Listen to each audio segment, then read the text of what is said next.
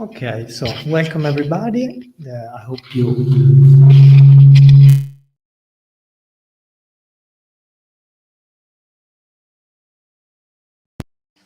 Yeah, no, it's fine. It's fine.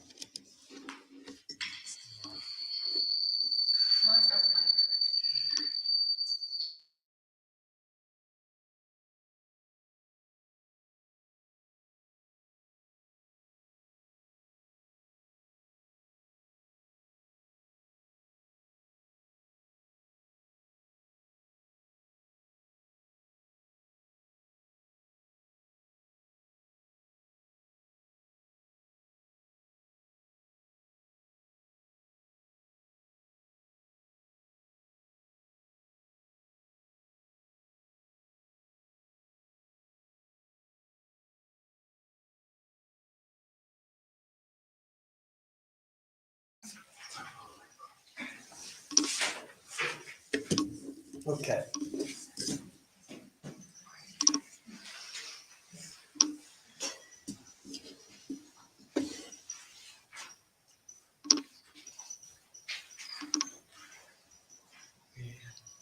We use this. Okay, should work. Okay, thank you everybody for coming. Apparently, we had some issues with the strike because we had like 50 people registered, and maybe the strike has caused some troubles to get to the event. And yes. In this session, this event will be divided in two sessions. The first one will be about the presentation of the key points of the policy paper that you have in front of you, and the second session will be about the presentation of some recommendation, and we will open up for further discussion. The event is also broadcasted online, so for those of you who are following online, which are already 10 people online following us, you can type in the questions and we will try to answer it in the second phase. So I give the floor to Maria. Just a bit.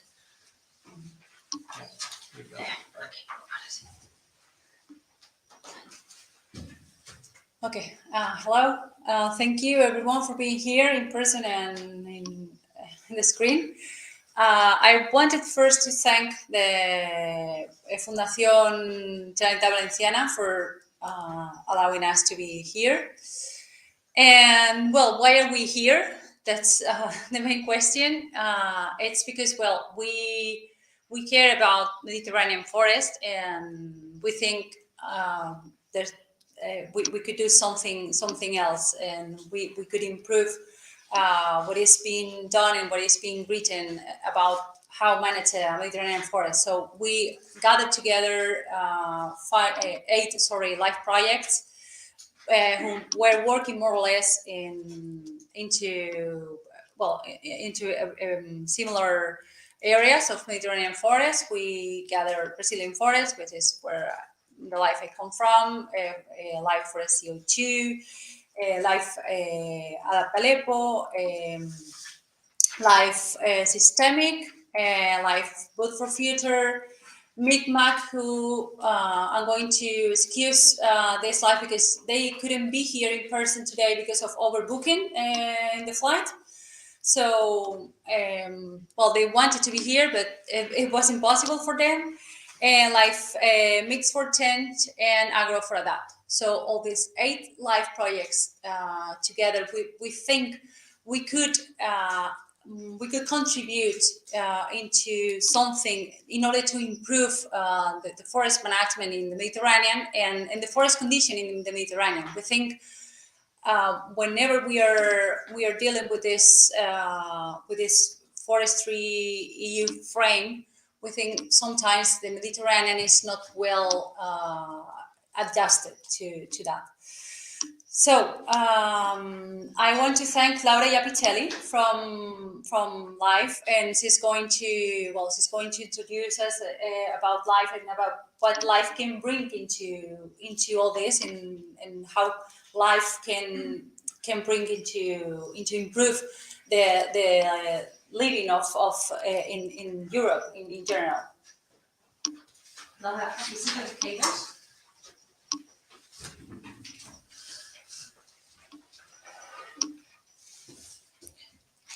So good afternoon, everyone, to you who are here and to those who are online. And thank you for the projects who have organized this event. Also, it's one of the first one we are participating live, so I think it's really important that, and it's really nice that we are also here all together. So at the core, I'm working in the LIFE program, which is the only instrument of the European.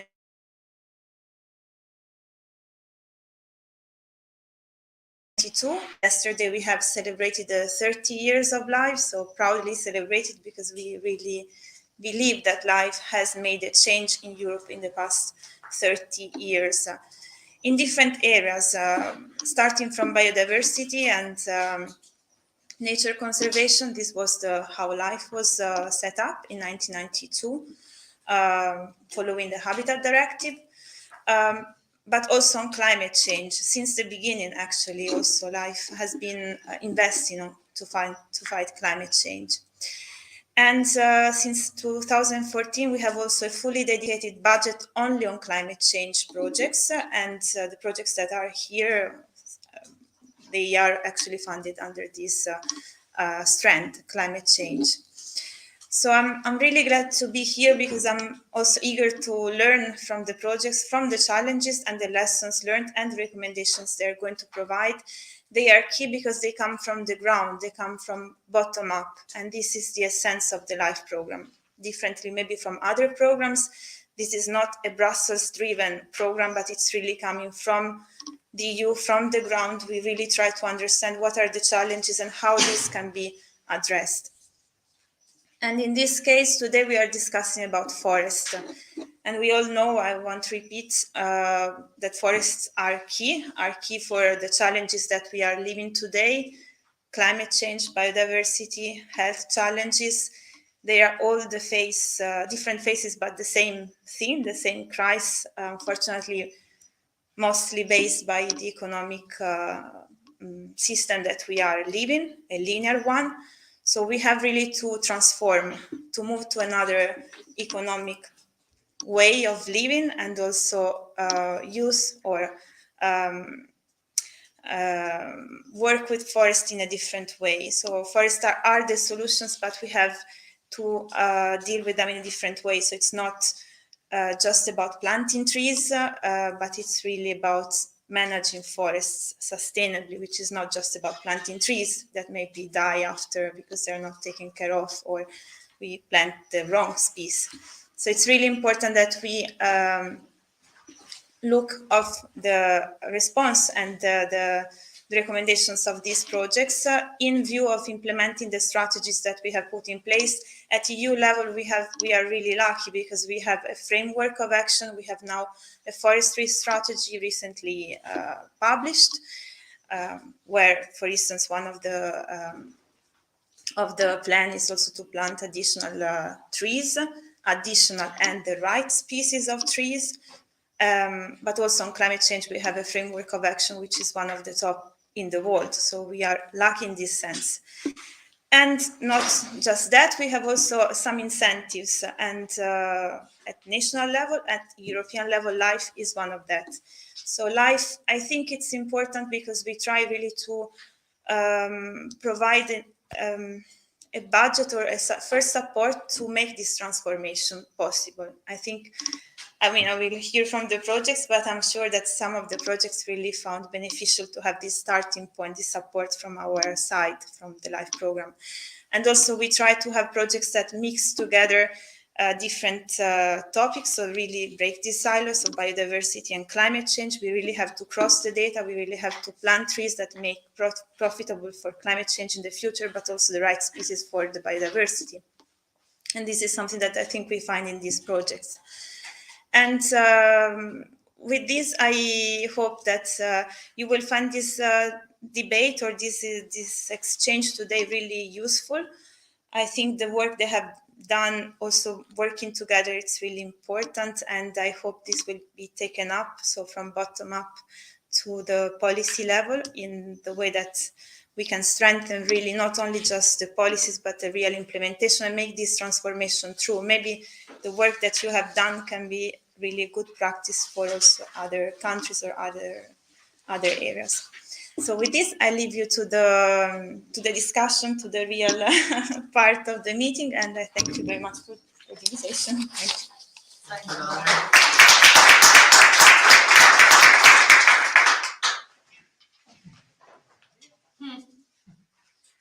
Sorry. Jaime.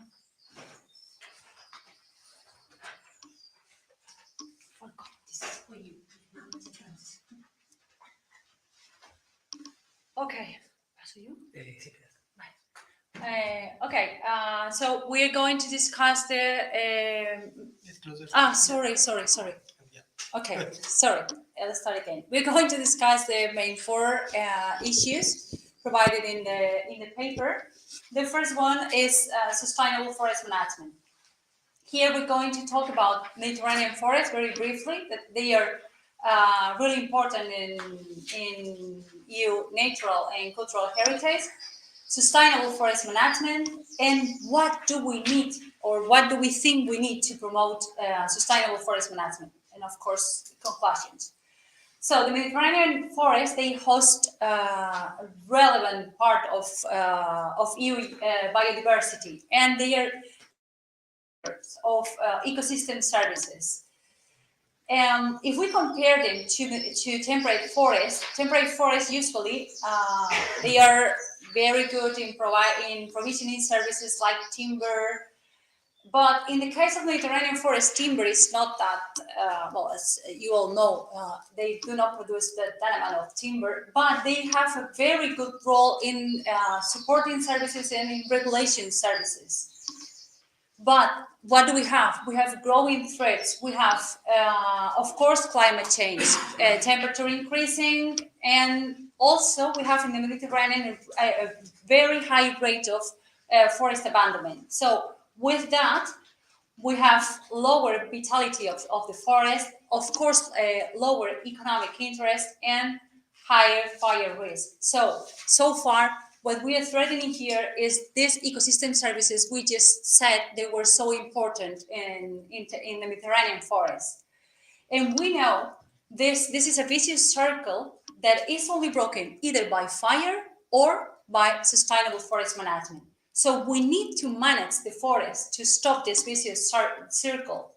And we know when we manage this, the forest, we modify the provisioning of ecosystem services. Usually we increase this provision if we do this management under a sustainable perspective. But we need to quantify, we need to know what's going on in order to transfer this knowledge to the society and of course to policy issues. But as Maria said, the Mediterranean forest has a very different situation compared to what is predominant in Central or in most Europe.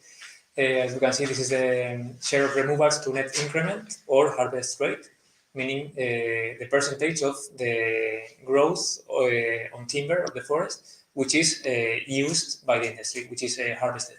So we can see the countries with a red polygon are Mediterranean countries. So we can see that most of the Mediterranean countries, either the solid lines, which are more or less purely Mediterranean, and the dotted lines, which are partially Mediterranean, are concentrated in the parts of the chart where this harvest rate is lower.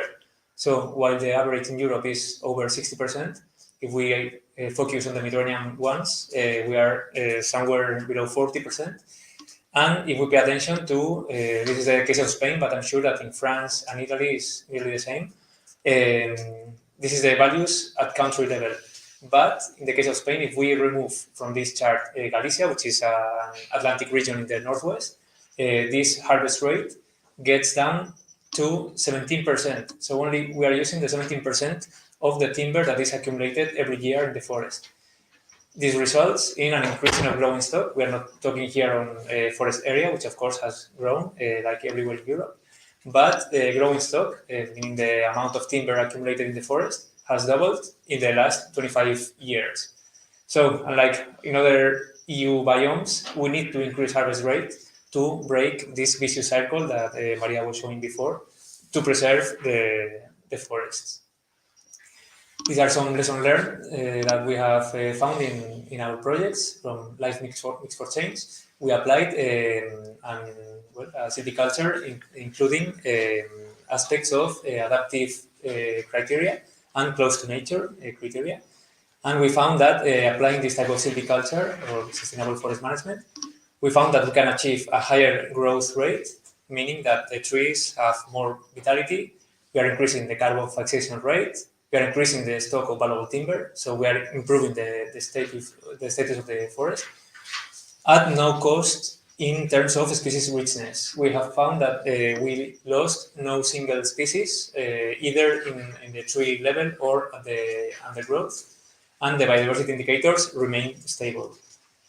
Moreover, we are reducing the vulnerability to wildfires. This is an indicator we are using to compare the pre-treatment situation with the post-treatment situation, so before and after the silviculture. And we have found that, this is an indicator of the structural vulnerability to forest fires, and we have achieved a general improvement of this indicator.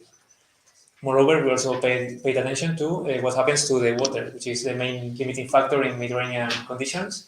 And we have found that in the 4 types of forests where we are working, in all cases, we are reducing the transpiration and increasing the relative blue water, meaning that thanks to the sustainable forest management, we are increasing the amount of water that is going through the forest and reaching water streams. So none of these 4 indicators are the top aim of this type of silviculture, but we managed to improve all of them. So this means that this multifunctional forest management can really make a difference to adapt this forest to climate change and to increase their viability. And well, let's learn from Resilient Forest, from other project. The conclusion is the same, but we are approaching it in a different way. So that's why we are here, 8 projects together, getting the same conclusions, or more or less the same conclusion, but approaching it in a different way. So it means something. It means maybe we are right, and maybe something should be done about it. So we have with our DSS tool, Café, we have applied it to 4 study cases, and in the 3 study cases, we are in the 4th one, but we haven't finished it yet. In the 3 study cases, we've seen just the same thing as Jaime was saying from his life project. We've seen when you do a multifunctional forest management, when you open your goals to more than one in this Mediterranean forest, you improve almost all the ecosystem services. So, what do we need to promote this sustainable forest management? We have seen that well applied, this type of managing the forest is quite positive, but the reasons why this type of management are not applied are, of course, various. This is not a single problem, a single side problem. So one of them is social perception. Society is generally aware on the key role of forests in ecosystem services provisioning, but tend to perceive, and here especially the urban areas, they tend to perceive sustainable forest management as a threat to forests. So they identify management with destroying or unsustainable use of forest, when, as we have seen before, this is not the case. Sustainable forest management, especially in the Mediterranean, can be the way to preserve the forest and to guarantee their sustainability. So what do we need? We need science-based decisions, as the ones that we are finding in these life projects and in other types of H2020 or in Europe projects. We need to quantify and valorize these ecosystem services, not only of this sustainable forest management, but also what's happening with the abandoned forest. In the end, we are having a lot of areas subject to abandonment. So what's happening to these areas? This is something that we have to quantify and to put very clearly that what's the difference between doing sustainable forest management and abandoning the forest. And also to launch EU-level awareness campaigns on the benefits of sustainable forest management. This is homework for everyone, but I think that This is for the Mediterranean, but also for the European Union level. And we have learned some lessons. We have produced this manual, which is called Local Policies, Climate Change and Forest Management in Peri-Urban Forest, a Necessary Integration. It's a rather long title, but the idea is that there are 4 different feet, so to say, that should come together more often. So how to integrate local policies, climate change, forest management, and peri-urban use. And we found, and this book is a synthesis of a lot of reflections, discussions, and contributions by policymakers from local administrations, regional administrations. And we found that these local and regional administrations can really lead the change, and they really can produce a real change when they are well informed. So this is why it's essential to raise their awareness on the needs to support this type of management. And we also just reinforcing what Jaime was just saying. Whenever we've done a workshop with local stakeholders, we've always found social perception in the top 3 main problems about why they are not doing forest management. So from the European Union, we have to change that. We have to make an effort to change that. There are a lot of campaigns in the European Union promoting many things. So why don't we promote this thing as well? And it's science-based. So we think here that something should be done.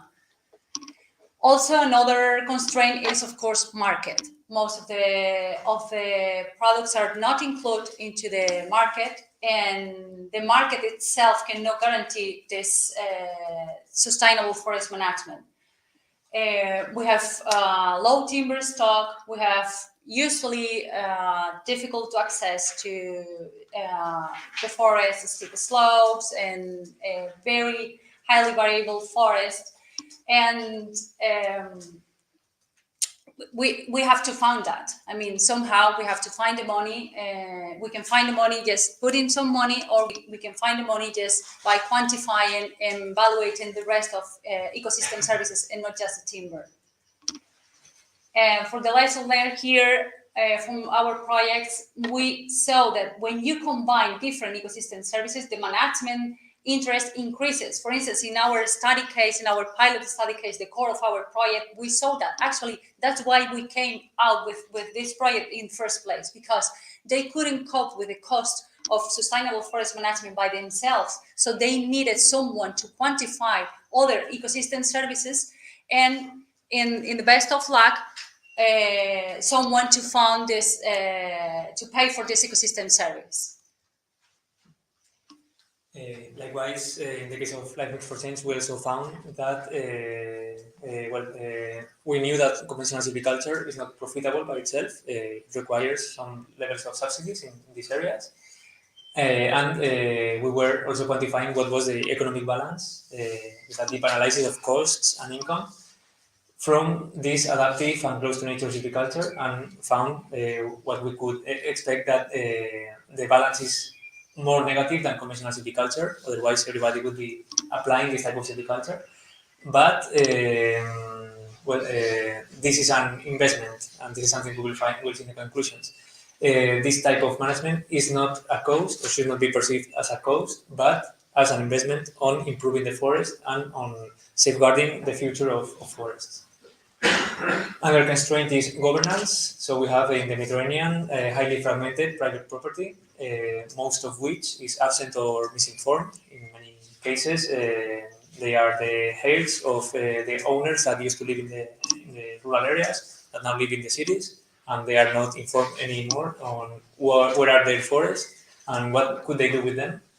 There are many stakeholders involved here. We have a lot of uses, especially in peri-urban forests, where we have the hunters, we have cyclers, we have people picking up mushrooms. We have many stakeholders that should be paid attention to. And what we need is to support joint management plans and support the establishment of associations of owners. So we have to concentrate the area to manage, so that a forest owner which maybe owns few hectares, for him it's impossible to make a forest management plan. But if we are able to put together different states to work together, then they can do much better this type of management.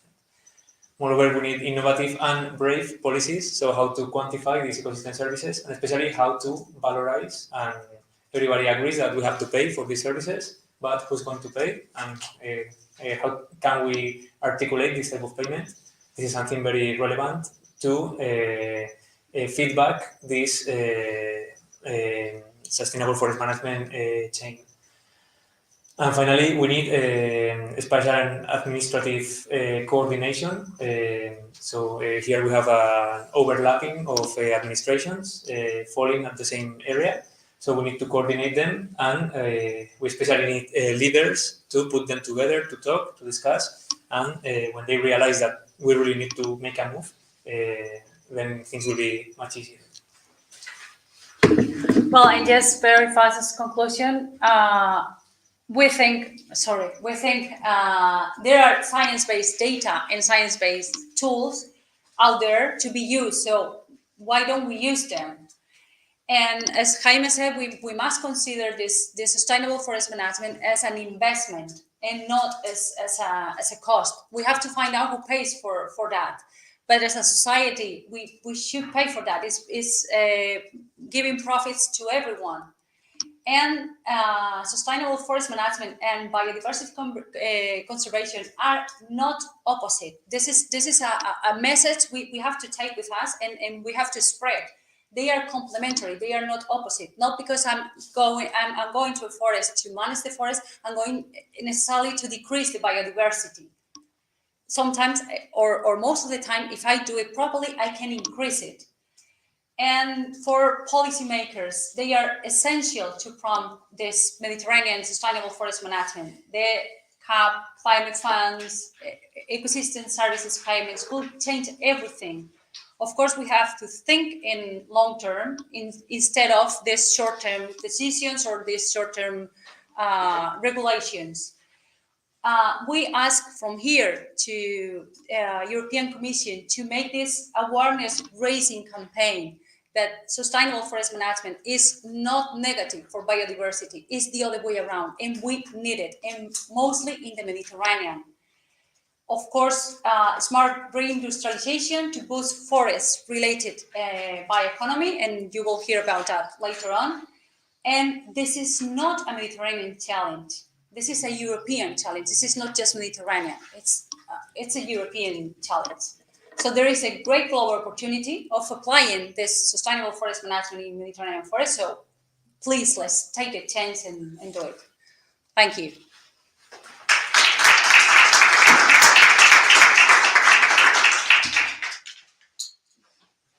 So we move with the second. Yeah. Miguel, please. I'm preparing it.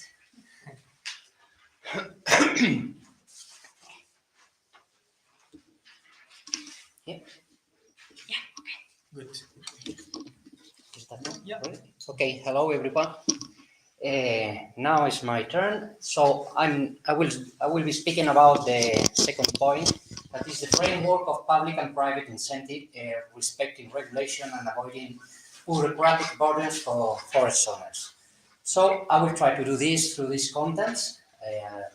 A brief introduction of the actual framework, then a second point about the LIFE program and the ground-based evidence that provides, and finally some conclusions about this. So about the framework, we found a first step in the way. So a first problem, that is the incentives are not continuous, and I mean continuous in time, like the agricultural ones. So that's engaged with the second problem, that we find that these incentives are very difficult to implement, and I mean it's difficult from both parts, the part giving the incentive and the part receiving it. So I'm talking here about public incentive mostly, and that leads us for this situation at disengaged forest owners, big Mediterranean forest areas with no management, and the loss of ecosystem and socioeconomic services, and of course a very, very high vulnerability of the whole system. I think it's important to remind briefly the Mediterranean forest peculiarities that explain in many cases why we are talking about this. I think Maria already talked a little bit about this, but we have low or inexistent economic return. We have also low forest productivity in terms of biomass production, a highly fragmented and poorly accessible production units, loss of associated wood industry, lack of industry for quality wood products. We also have the lack of cooperation among forest owners and the lack of public and public cooperation in this incentives framework. And that's my opinion. I think public incentives by their own never will be the solution. And the private incentive need the public cooperation. So we will have to find a framework where public and public works together. The competition with other crops financed by the Common Agricultural Policy and the population loss in rural areas as well. Okay, so it's very important to enhance that sustainable forest management in Mediterranean forests has a low productivity in biomass production, but it provides a really strong pool of services, both ecosystemic and socioeconomic, and we need to push those services into account in order to be paid, as is already said, or at least recognized. And the main reason for this lack of management is purely economic, for the low profitability of products, and in the case of protected forests, the large investments that are necessary to carry out actions with a very little return on income. So it's very difficult for forest owners to go into this management. Now I'm going to the second point, and I will try to use two live projects to see a couple of examples of how a ground-based evidence can face those problems of the lack of profitability, and where can we find some external funds to face forest management. I will go through these two projects, Live Forest CO2 and Live Wood for Future. First one, the Live Forest CO2 is using sustainable forest management, or the scope is on using sustainable forest management as a climate change mitigation tool in order to generate economic inputs from selling those carbon credits. So at the end, this project is trying to contribute mitigation, but it's also trying to bring profitability and private funds to the traditional incentive framework that is mainly supported by public funds. So first step was to create that methodology that wasn't exist. So we did the quantification and the modeling of carbon sequestration as a consequence of sustainable forest management. In that case, for only 2 species of pine tree as a beginning. Second step was, once we had this methodology, so we could do this quantification that Maria was talking about. We know how many carbon we sequestrate when we do sustainable forest management. So now we have to work with these 2 groups of people. The owners, the forest owners, the guys that are producing those credits and selling those credits, and these guys here that are companies from a diffuse sector that are interested in compensating emissions and buying those credits generated by sustainable forest management. So the project was just in the middle as a meeting point, creating those relations. It was very important as well to transfer and replicate all the data, all the knowledge we create through the project. So we did this APP that is working in two steps. First one, it's a browser where everybody can find where the projects are located and where the carbon credits are available to buy. So a company that wants to buy a credit can come here and see which project is the one is interested in and get in touch with the owner and get some information. And the other thing of the APP, it's a simulator. So every Every forest owner that have a forest, in that case of those pine tree species that I said, can make a simulation to see how many credits or how many tons of CO2 is able to sequestrate with this methodology. And of course, the last point that it's common to all the LIFE projects, and it's very important, is the dissemination and target audience. So here you have the LIFE project link, and you can find there all the manuals, the videos, all the materials with all the knowledge and all the data that we've been creating through 5 years. So I invite you to go there and see what you can find here. You can download everything, and I think it's a very important part of it to make it useful for another projects and situations. And now I'm going to the second example, that it's trying to solve another problem, another ground problem, local problem. And in that case, it was the sharp drop in the section of popular crops in the Vega of Granada, that it's located in the south of Spain. So that gave the opportunity to work with the social need for a development compatible with the lower ecological footprint, climate change mitigation, and fighting rural depopulation. This opportunity and this problem came together to create this Life for Future. So the cause of the problem was the loss of competitiveness and profitability compared to agriculture, to arable crops in the same area. So why was happening this? It was happening this because a lack of innovation through the value chain. So we need also to create new forest skills that provide all the value chains of more profitability. So this project is working with these value chains, what means that both cooperation between all those actors, forest owners, architects, promoters and construction companies, industry, and of course public research entities in order to transfer all this knowledge.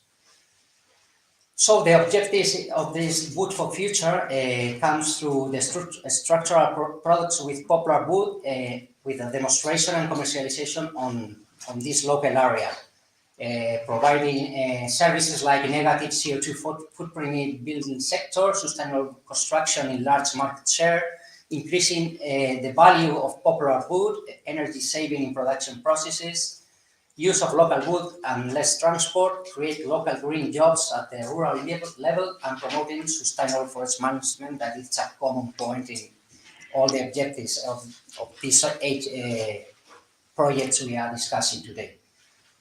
So it's important also to go to those objectives through providing tools to ensure this sustainable local wood supply to the industry. So the project is working with this high carbon absorption rate, and I like to say here that they will use the methodology that we develop in Life Forest CO2. So these 2 projects are linked by this methodology, which is quite good as well, because this knowledge is being used in another LIFE project. And another tools like as providers of environmental services as well. And finally, a very quick 2 slides of conclusions. The first one with the problems. So as we said before, the traditional incentive framework supported by public incentive is not working due to the lack of continuous funds and the complexity of its implementation. Second point is that lacking of incentive for generating the producers association for stronger land owners and producers.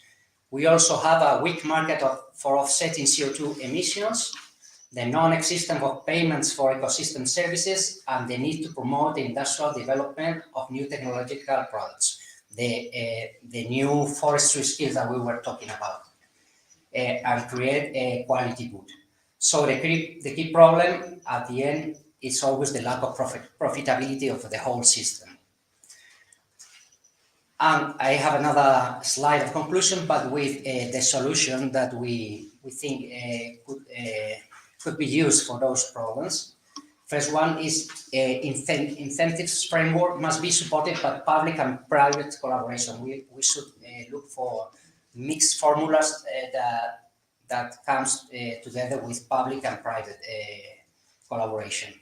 Sustainable forest management as a climate change mitigation tool have a very strong potential, and we have to take advantage of this.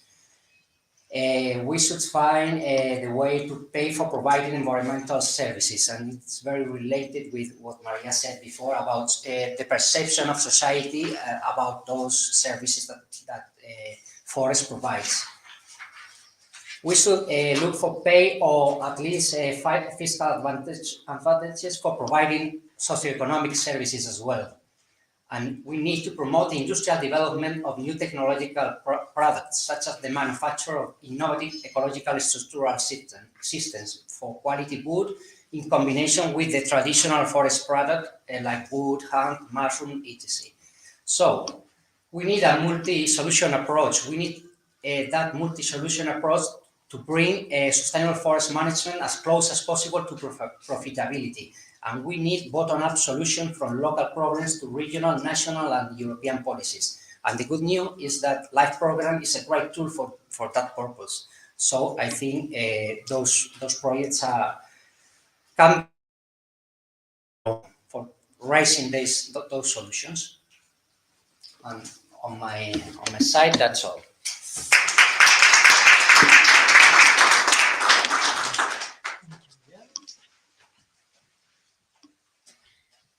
Okay, I think it's time for Antonio and Andre.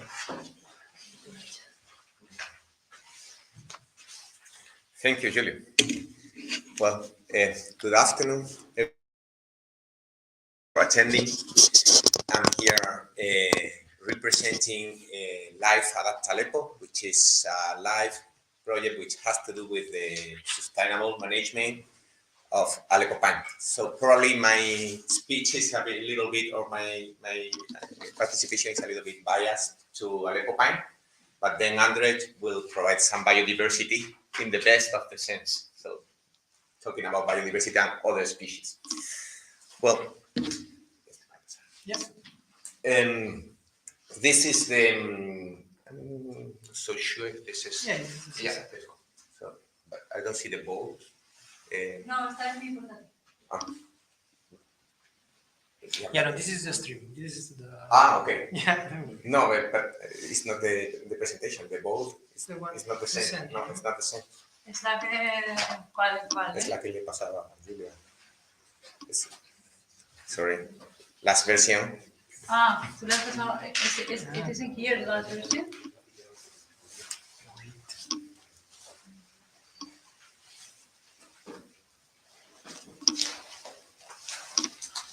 La verdad, So you have a short break. Why?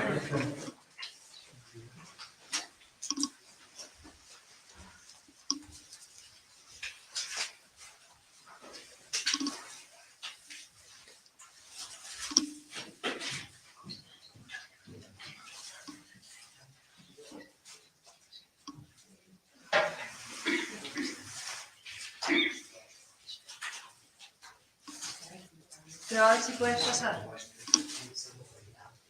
Bold style. Yeah. Okay. I recognize it because of the bold style. Well, we've been talking about ecosystem services, sustainable forest management, and this issue number 3, has to do a little bit also with the same, but I will try to present it in a different way, so from a different view, which is at the end the important contribution of the different projects.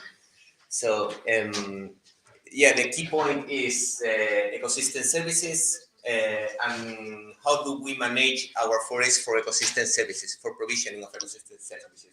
So this is one main point of our presentation. And then, of course, the need of indicators. We need indicators everywhere for many things in policy making, but also if we are talking about ecosystem services. So this is a nice picture of an Aleppo pine stand in Spain, and well, I will use it to show the point I want to focus today. So issue number 3 addresses that we need a forest management model to provide multiple ecosystem services. And if we look at this stand, what we see is that they are by far more important by the ecosystem services that they are providing. So water, landscape, resilience against climate change, leisure, many ecosystem services, and they are way more important than timber for sure. So this is one of the points. But well, I have these guys here. So if I ask technicians, scientists, how could they manage this forest for water? Probably different people would provide me with different inputs, different views of how to do it. Some of them even wouldn't know how to do it. But ecosystem services, in this case, water is more important than timber, but we don't know how to do it. And then try to take it, the message to the society, so at the end, all of us speak on the same language. This is what happens for conventional forest management, which takes place in temporary forests. They talk on the same language, they speak the same language. They speak about production tables, yield, quality site, index site, and so on. So these are some examples stemming from our live projects. Just examples, but how thinning could affect water provision, which is very important in Mediterranean countries. Well, we also want to look at the timber. So timber is also important. We don't want to forget about timber. We are not fighting against timber, but we need that our forest product can contribute to the industry. So this is also a differentiation of the Mediterranean forest. So they need to be accepted by the industry. So this is also important. Very important, the traditional management of underground vegetation by cattle and in silvopastoral systems. So this is also an important issue stemming from our projects. And of course, the genetic point of view, which is very important, as Andre will comment on later on. It is important mainly because we have a climate change, but also for many other reasons. So this is just an example of the first point. So we want to do thinning for water provision. No way, sorry, we can't do that. We have very good models. I'm talking about Aleppo pine, not Scott pine. So we have very good models for these are the usual tools, the curves, the yield tables. So that is for timber. In some cases, even for fire. So maybe we have some guidelines for fire, but we don't have the way to do it for water provision. So this is like a metaphor. I use this metaphor. This is like buying a car. If I want to buy a car and I only have one specification, 0-100 acceleration, that wouldn't be enough for me to buy a car. So I would need more specifications, but they are not in the car shop. So this is the point. And yeah, there are information, but not technical guidelines, not technical protocols. So we have conceptual frameworks. We have some papers. So these papers illustrating how density management can regulate the different elements of the water cycle. These are very nice stuff, but this is just for one site, one country, in one particular stand. So from papers to technical work, this is one of the issues we found in our project in Aleppo pine. We have this kind of stand, very fire-prone stand, high risk, a lot of dead wood, dead fuels, and we want to do kind of thinning in order to improve water infiltration, water provision, but also improve many other ecosystem services. But we don't have guidelines. I'm sorry. So we need further research and technical guidance on how we can do forest management for ecosystem services. I'm just talking about water, but would be the same for eco-resilience, fire regimes, drought resistance, and many other ecosystem services. So this is the point. So as I just said before, mentioned before, we don't want to forget about timber. So Aleppo pine, I'm talking here about Aleppo pine, has hundreds of thousands of hectares in Spain. So really, don't we need that timber? So there is timber there, not a huge production like black pine, spruce, stone pine, or no Scotch pine. So probably the production per unit of ground is not the same, but we have a huge area. And there is a crisis of timber right now in Europe because of the war, because of the Ukraine problem. So there is a crisis. So we really need to use this timber. But to use this timber, we need tree improvement. There hasn't been any tree improvement in Aleppo pine in our country. Not so far. So we need tree improvement in order to improve the quality of the timber, the straightness of the stems, and so on. If I want to buy a furniture done with Aleppo pine, I won't find it. It's very difficult. So we need the integration of the industry also with the forest sector, with the management sector. So tree improvement and better integration into the forest industry.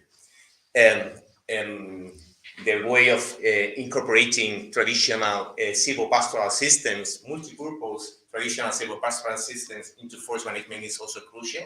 So in some parts of Spain, they are using bisons because we have forgotten about goats, for instance. So this is a nice example that we need the cattle to control the growth of vegetation and to improve the provision of ecosystem services, but also the economic benefits. So this is probably more economical, suitable than the bisons. Well, maybe bisons, you can do some tourism, you can have some visitors with the bisons. And finally, genetics. Forest management and genetics. Laura was talking about the policy of the European Union, planting trees, but in many cases we don't have a clear idea about the trends of the different species, if they are going to keep their habitat, if the habitat is going to be reduced or just expanding or moving upwards or northwards. So we don't have such information. So we cannot implement sustainable forest management if we don't have this kind of background information. So at the end, we have failure plantations because of many things, but also because there is a genetic background behind. In our project, in the Aleppo Pine project, we don't have transfer guidelines for different provenances. So this is the distribution of Aleppo Pine. So if we want to use more adaptive provenances for tree planting, for reforestation, there are no guidelines. So we need to build those guidelines. So just to finish my intervention from our project, we are trying to promoting, and from the project from Andrew come from, we are trying to provide such guidelines. We need to do some basic research, but overall we need to provide guidelines for water provision, for fire resistant, for drought resistant, but also for moving genetic material in order to do more successful reforestation. So that's all, Andrew. Okay, thank you. Also, warm welcome from my side.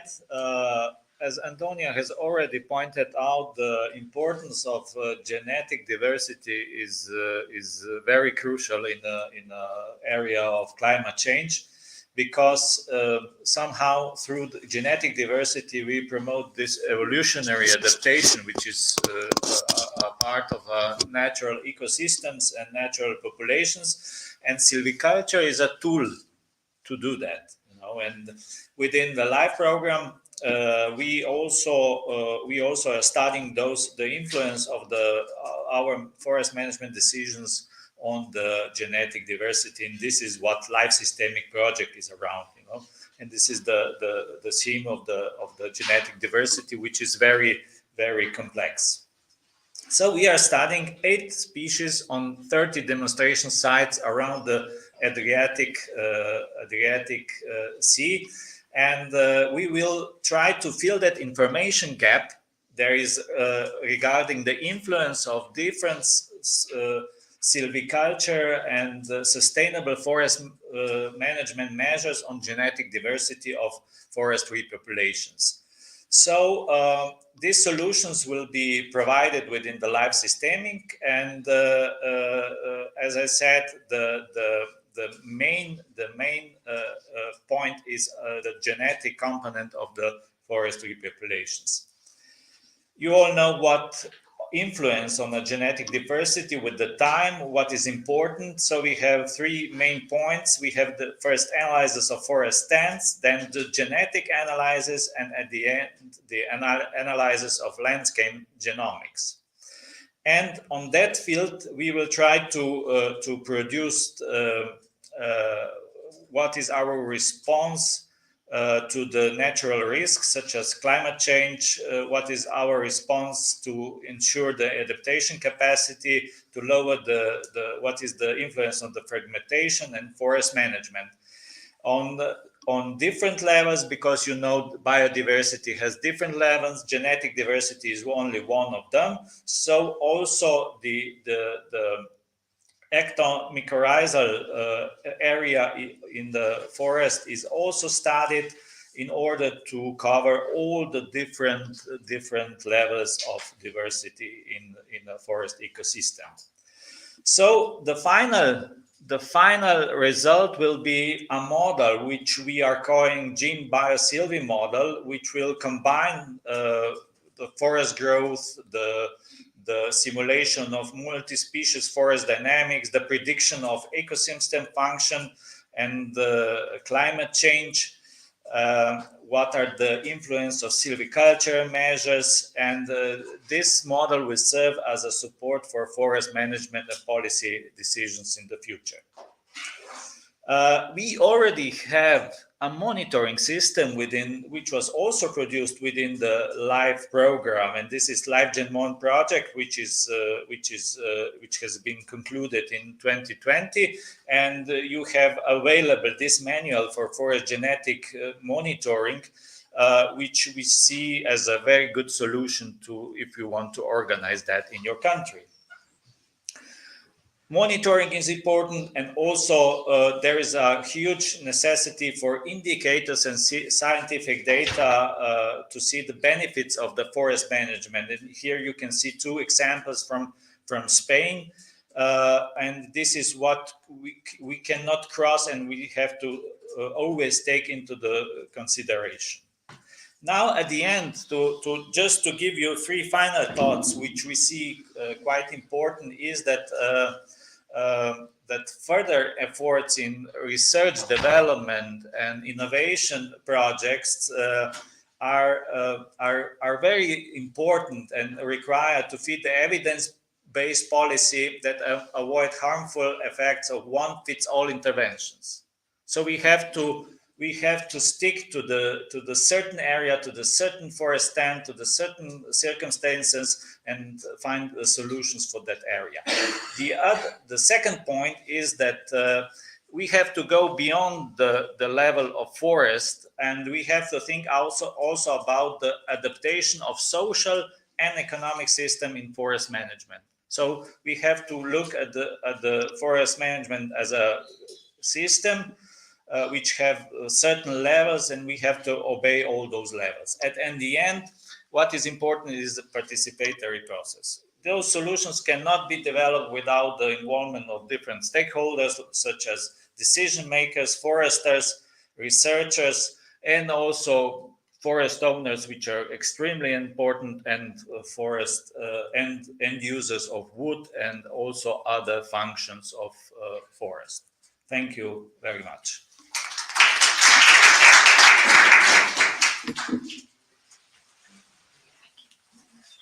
We have the last one, Jaime. Hello again. I'm afraid I have to speak again. Now I'm speaking on behalf of my. Step back here. Yeah, a bit. Yeah. I have to switch. Okay. And so I'm speaking today on behalf of me, and also of Eduard Pla, who was not able to come today because of an overbooking problem with his flight. So I'm speaking on behalf of these two projects, Agro for Adapt and Midmark, sorry. Okay, so I'm talking today about agro-silvopastoralism. So we call this type of combinations all solutions to new problems. So basically, well, I will introduce briefly the challenges of these agro-silvopastoral sectors in the Mediterranean. Why do we think that these agro-silvopastoral mixed systems is an innovation that we should adopt? It's an innovation well, from the cradle of agriculture, so it's a very old innovation. And what do we need to promote this type of systems? So not so far ago, we used to have this type of landscapes. This is a picture from 1956. And well, this was a typical Mediterranean agricultural system with a mosaic of agricultural uses with some hedges made of trees, maybe fruit trees, used to keep the soil, to prevent erosion. This was the typical picture of floodplain areas. So we could have a mixture of agro, silvo, in some cases pastoral, especially after the crop was harvested.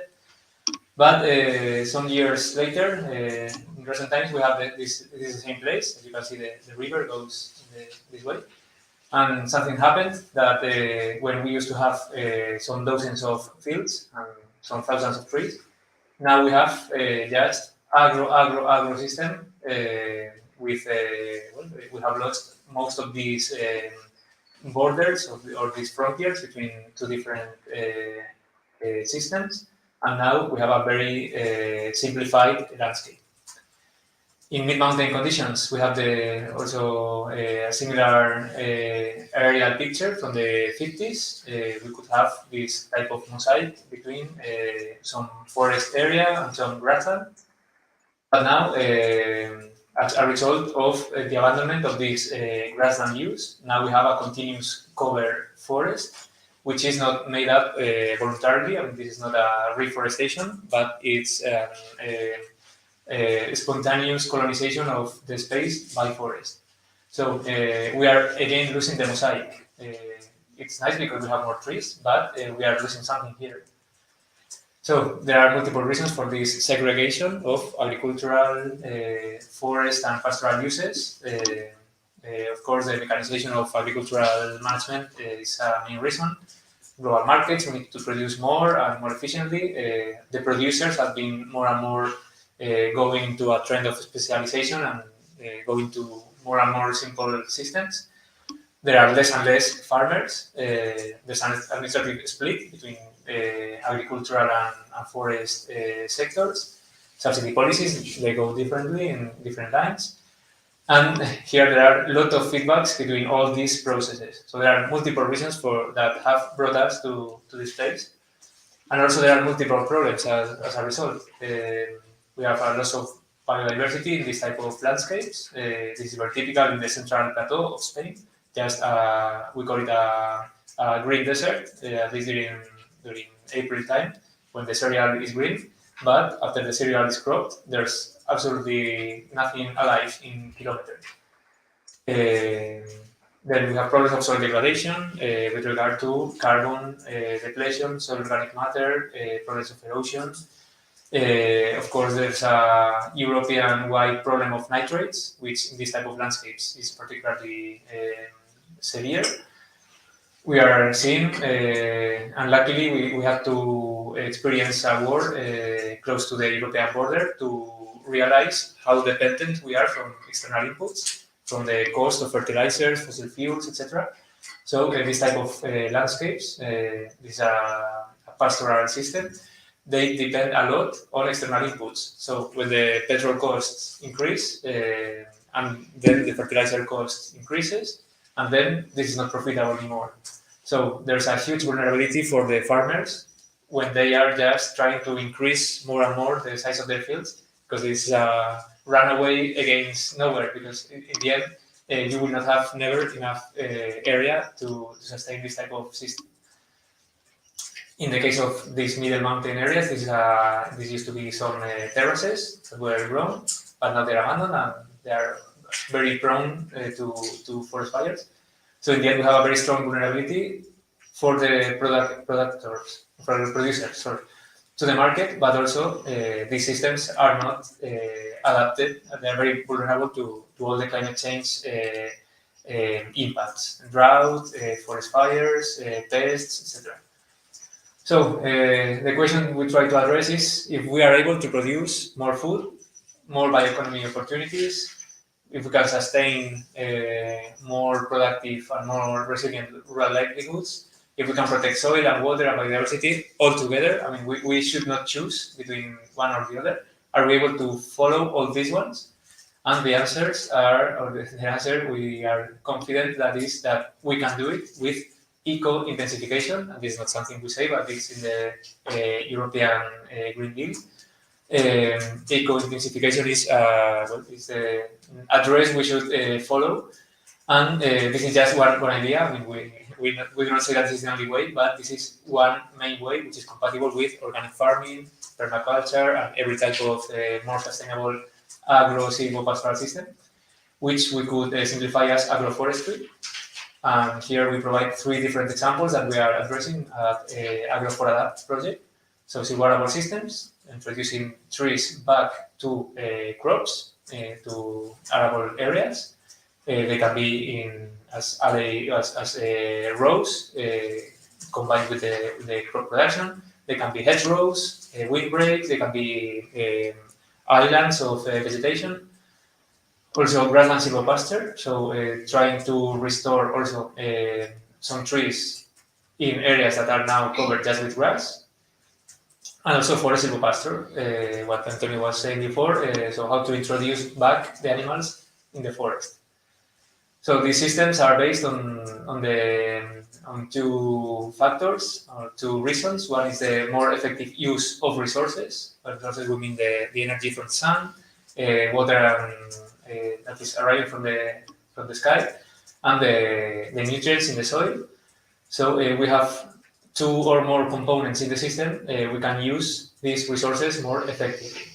Moreover, there are complementarities between trees and crops, both on time and on space. So meaning that, for example, if this is a winter cereal combined with some trees that are shedding the leaves during winter time, we will have one or the other production, which is all the year round working. Of course, in the systems there are processes of facilitation, so positive interactions and components, negative interactions. So if they are well designed, we can manage to make that these facilitation processes are being much more significant than the competence ones. So we have found, and the literature is very clear here, that these systems can be more productive, more profitable, less vulnerable to market fluctuations because we are producing 2 or more products, so that we have 2 options to produce products, and we are protecting soil, water, and biodiversity, as we were asking in the first question. And moreover, very importantly, we can increase the adaptation and mitigation potential and increase the workload and the income per unit of area. We see that we need more and more production to be sustainable, and we do not necessarily need more area. We need to use better the resources we have. These pictures, I think they are more important what you see than what you hear. I mean, for me, you can forget all what I have said while you are keeping these pictures in mind. This is how the combined systems with trees and forage, in this case, or it can also be crops, work in Mediterranean conditions. When we have moderate tree densities and we have enough light, trees are beneficial to grass production. They are not detrimental, but beneficial. This is an image in continental Spain. This is 1,200 meters high. Wintertime, you can see how beneath the canopy of the trees, the grass stays green for longer time. So these grass resources can be used by the animals. While outside the canopy, the frost has been hitting the grass and is not usable anymore. So in wintertime, thanks to the trees, we have more fodder, we have more food for the animals. And this is Extremadura, in a very hot area of Spain, in the southwest. And this is in summertime. Maybe the temperature here can be very easily above 40 degrees. And we can see how this is not the shadow of the trees. This is green grass below the tree. So this is the reason why we have this very nice landscape in 3 million hectares in Spain and Portugal, the Dehesa or Montado system. And that's why these farmers are not pulling out these trees as many other farmers have done before. They need the trees to have more fodder and to increase their income. So these systems could be perfectly adapted to other Mediterranean areas. So trees can be positive to the production of agriculture and of forage. This is 21st century machinery that we are using for forest fire prevention. They do not work on fossil fuels, but they are feeding on grass and shrubs. We have a lot of models available: sheep, cattle, goats, horses, bisons, as we said before. And they both consume the undergrowth and also they crush it because they are treading on the undergrowth. So they are breaking this fuel continuity. So we are preventing forest fires. And the outcome is not an emission of CO2, but the outcome is the production of meat, dairy products, and wool, and other types of products, bio-based products, an opportunity of employment for this person here. So, most of these systems have a lot of benefits.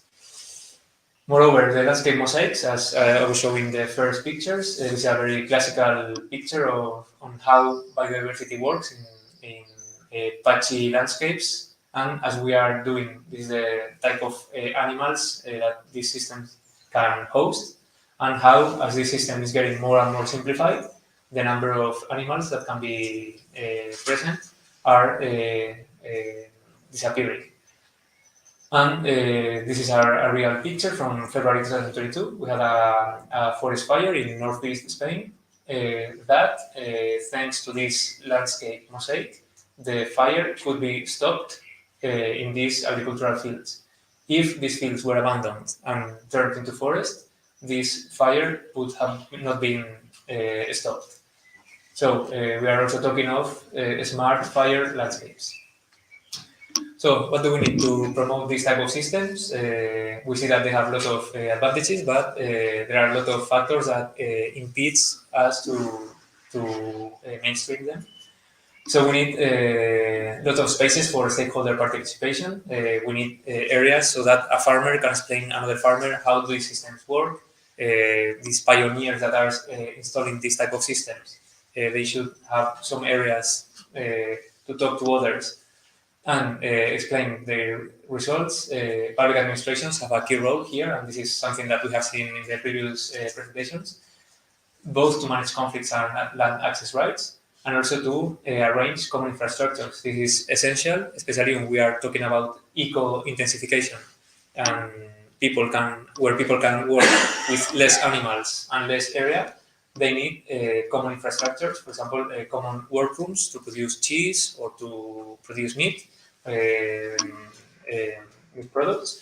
So they have common workrooms. They do not need to build a workroom for each of them. So if they have common facilities, they can work together in the same area. A network of shelters and water points is essential to enable silvopastoralism. Without these infrastructures, it's impossible to implement. Moreover, the policy issues are a huge problem. I think this is the fourth time that we see that there is no proper recognition of ecosystem services in the Mediterranean. So I will not go deeper into that. Once again, we are finding how in this case, the common agricultural policy is not considering properly the role of trees in these type of systems where there's a lot of light. We are not in Central Europe, we are not in North Europe, where light is a very limiting factor. In the Mediterranean, the limiting factor is water, and with these systems, we have enough light for every stratum here.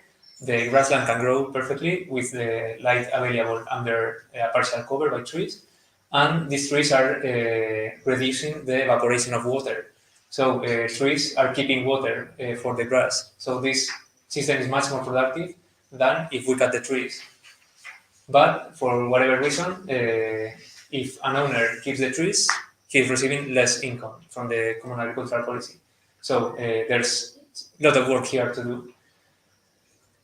Moreover, we should need also more flexible criteria for supervision of the CAP. For example, a land use category called agroforestry would be very beneficial because we are seeing that many farmers how to identify their land because they have to split the areas with trees is fruit tree production and the area with crops is another polygon, and in the end, well, it's a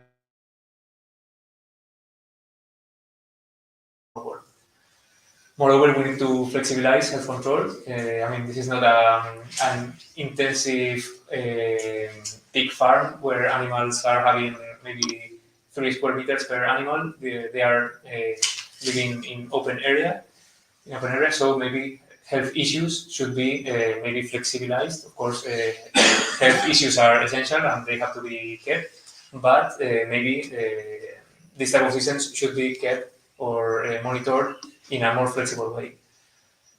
And there's also another demand that was recurrent, especially in this MIDMAC project, which is the need for mobile slaughterhouses. So instead of taking all the animals in a truck and then putting them in a big slaughterhouse, a mobile slaughterhouse built in a truck could go to this area, kill the animal without stressing it and putting it in a truck for a lot of time. And I mean, this is a question of the quality of meat and also because of animal welfare. So these are things that should be relatively easy to implement, and the technology is there. Moreover, once again, these type of added value practices should receive more subsidies, in our opinion, compared to conventional systems. The farm to fork strategy goes in this direction. Also, the Green Deal. I mean, we are going toward this direction. The new common agricultural policy also seems to go in this way, but still, we have still a long way to go. And once again, how to generate income from the valorization of ecosystem services. And moreover, the market issues are very essential. So how to ease that these producers are getting some quality seals of extensive livestock. For example, this is a seal that do not exist yet, or agroforestry products could be very beneficial for promoting the systems in the market. Finally, the systems are complex, both to monitor, to model, also to do the administration.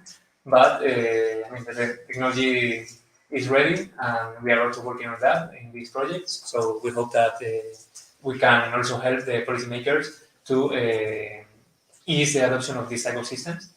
And moreover, there are still limited adoption, like GPS collars. These are the movement of some cows in math project, so that they can monitor where they are moving and different parts of the day. Moreover, virtual fencing would be a great move to reduce the labor needed to take these animals in extensive husbandry. And finally, there are no higher education programs on Mediterranean agroforestry, so this is also something that you have to choose either to study agronomy or forestry. So why not putting them together when they are part of the same system? So thank you for your attention, and thank you very much. Okay, so before we are almost on time, I would say we take a couple of questions before the break. I don't know if there are questions from the room, but we have one question from the online audience. The question is about, is anyone calculating the cost of the impacts of not doing sustainable forest management? Maria, you would like to? Sure. The question coming from the online audience is anyone calculating the cost of the impact impacts of not carrying out sustainable forest management. If some of the speakers want to give a short answer to that, and then we can. Yeah, I'm reading the question. Well, from resilient forest, but we do not calculate the cost. I mean, we always compare the results with the baseline. I mean, we draw or we design a management scheme and we compare it with the current scheme, which is usually no management whatsoever. And we calculate the ecosystem services out of a managed forest and out of a managed forest, and we compare, but we do not compare the economic cost, if that's what the person meant. Okay. Any other? If I may, Yeah. Also in Mix for Change project, we are also comparing what's the effect at the level of ecosystem services. And the point is, if we check year after year what is better, normally it's cheaper not doing anything, because you are not spending €1 on the ground. While when you are doing management, especially in the first interventions, you have to invest money, you have to put money because the economic balance is negative. But 1 year the forest is burned, and then you should make the calculations again. The point is that it's hard to find this moment to make these calculations, because when we are dealing with reducing the risk of forest fires, it's hard to say what is the guarantee that you will not have a forest fire, and to which extent you are how to put this into the market, so to say, or how to calculate the economic impact of a given management when you are preventing the forest fire. So you increase the rate or the probability of not having a large wildfire. But if you check all the years except this one, except the year of the fire, the economic outcome is not so good. So that's why I think it's important to try to value the ecosystem services, considering, for example, the emissions avoided in the case of the fire, the water that you are producing as additionally, and to which extent you are producing more and more timber and non-timber forest products that we showed before, cork, mushrooms, pine cones or pine nuts. I mean, we have resins, we have a lot of non-wood timber products that, thanks to keeping the forest alive and vital, we can continue having them. So it's not easy to calculate what's really the cost of that. Yeah, please. Yeah. Can I talk from here? Yeah, you can talk from there. On one ecosystem service, there are such calculations. In the Alpine areas where we have the risk of avalanches, so we know that protected forests mitigate that risk.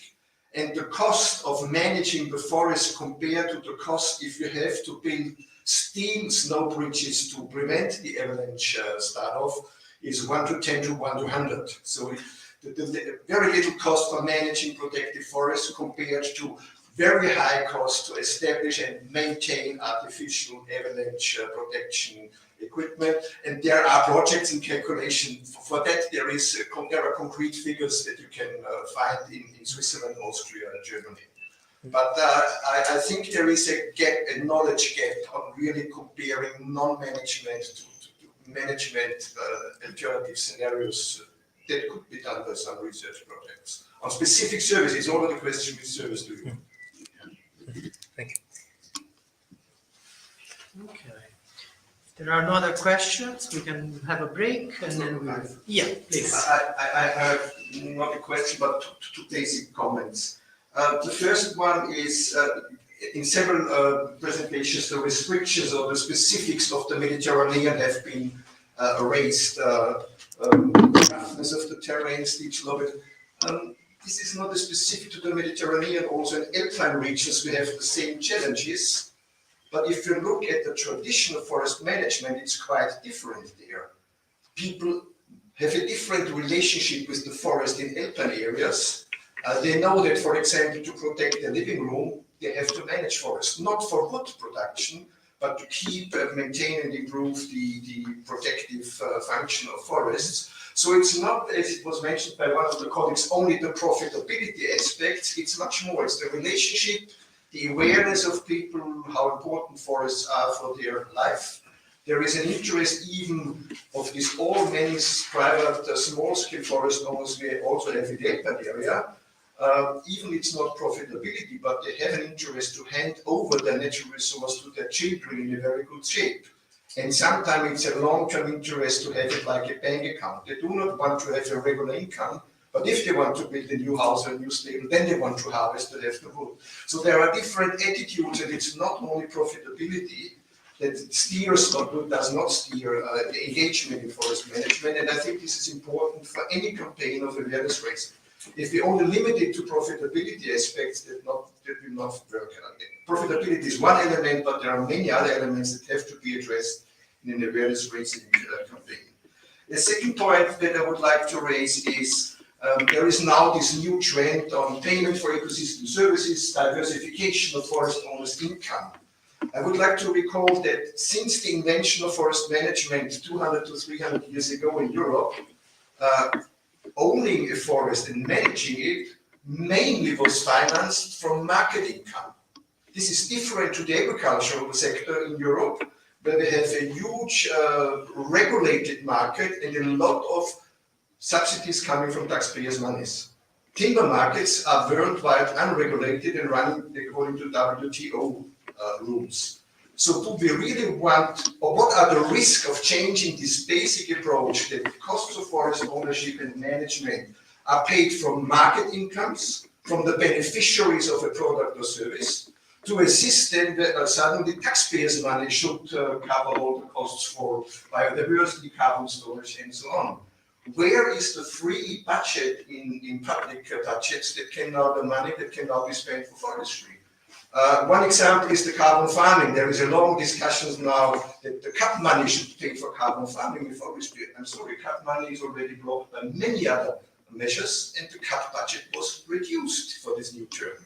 I think we should think about how to invent market-based solutions where the beneficiaries in a market-based approach pay for other services, and I fully agree that we have to diversify the income of forest owners to also cover the costs of adaptation to climate change. These are new costs.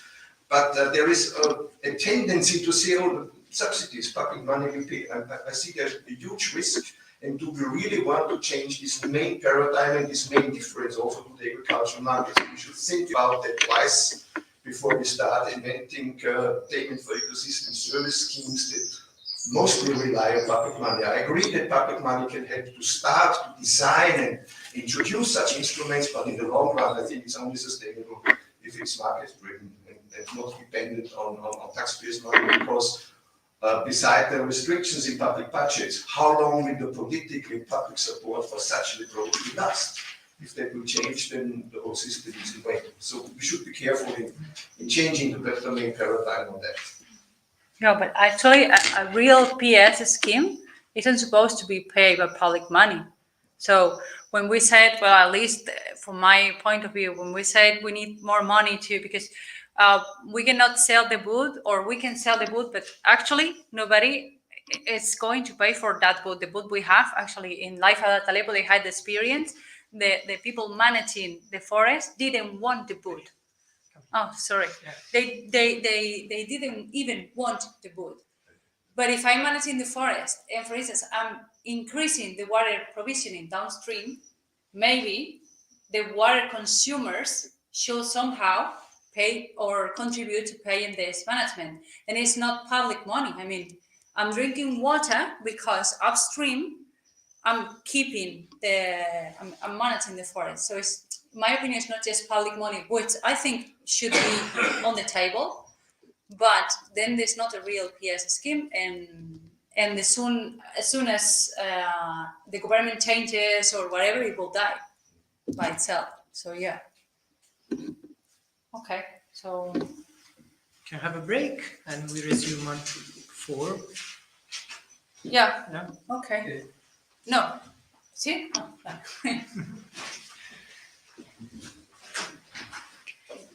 And why do we don't hear it?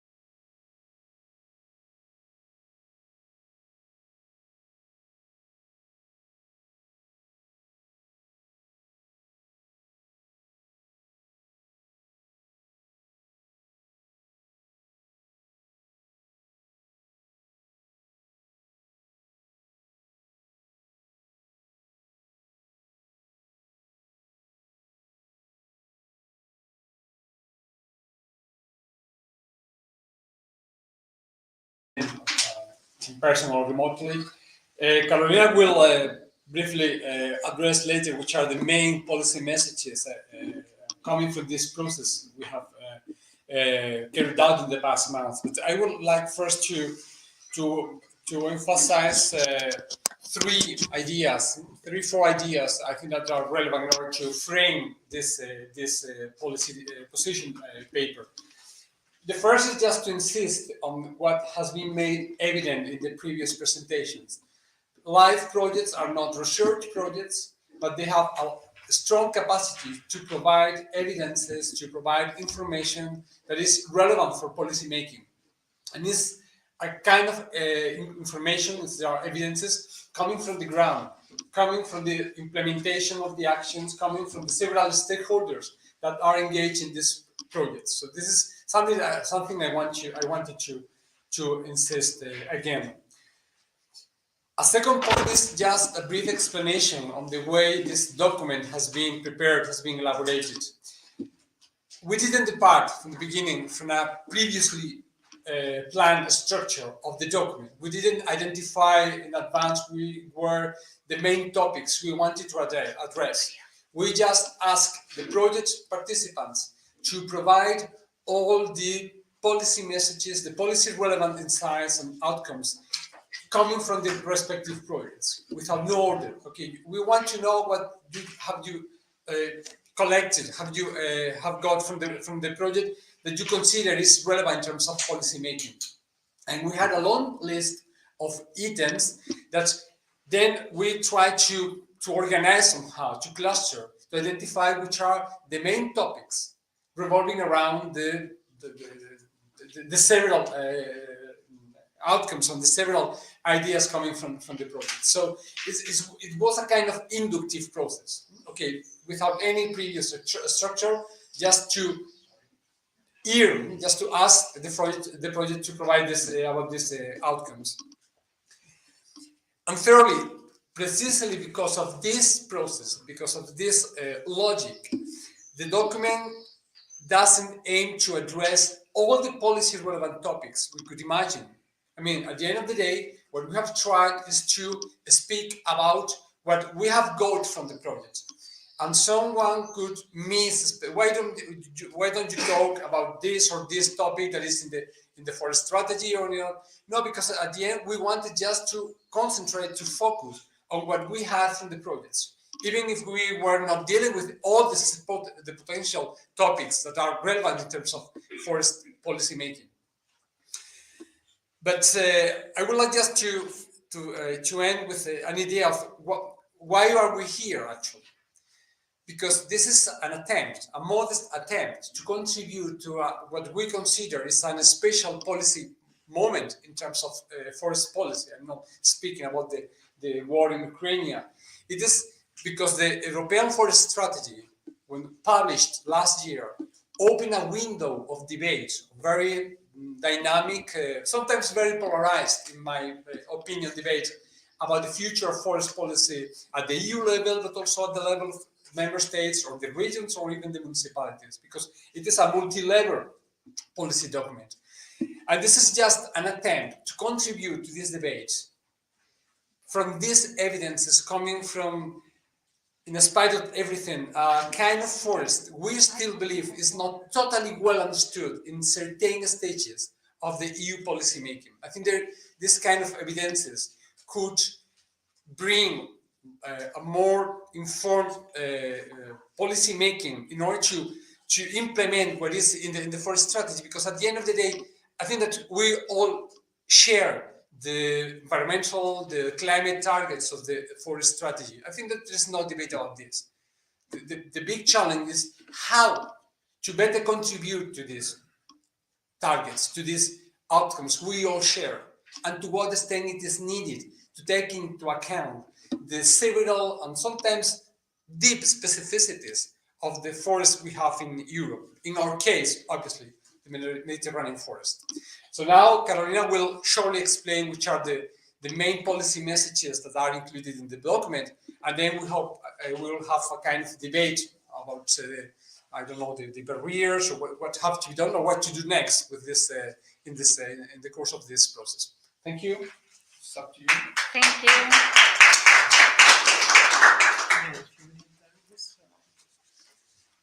Thank you.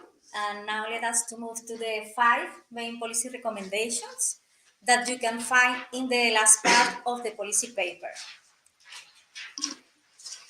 The first one is related to sustainable forest management guidelines. Here, LIFE projects call the attention to the necessity to adapt any legal framework or recommendation to the specific characteristics of each territory and their needs in order to avoid fits-all approach.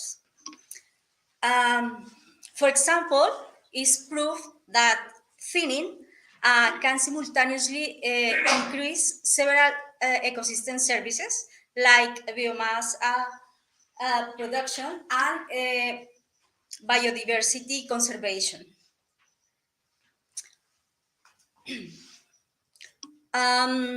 Also, forest management based on decision support tools have the potential to overcome trade-offs between biodiversity conservation and biomass production, which is one of the main concerns of the forest strategy. This means that these tools allow to obtain win-win solutions in forest management. The second recommendation is the necessity to improve forester skills to effectively implement forest management. This is in line with the forest strategy invitation to stakeholders to join the pact of the skills. But these skills need to incorporate territorially adapted knowledge co-constructed with all different forest stakeholders, such as public administrations, local communities, private sector, and scientific actors. The use of different decision support tools and knowledge transfer created within LIFE projects can contribute to improving these required forest skills. In the third place, we have the forest intervention funded by the second pillar of the Common Agricultural Policy, which is recognized for their importance in implementing forest interventions that are cohering with multiple environmental objectives and also provide opportunities for small-scale holdings. However, these funds maintain heavy administrative burdens for beneficiaries, which need to be to make more flexible or removed.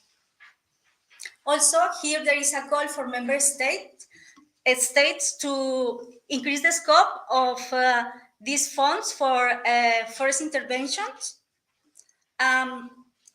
In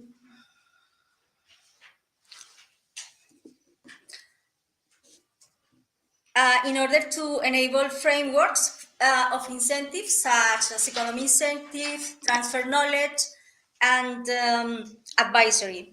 In addition, common agricultural policy needs to consider systems like pasture under forest and agro-silvopastoralism systems in the Mediterranean due to their proved positive effects on fire risk management, in preventing loss of open areas, and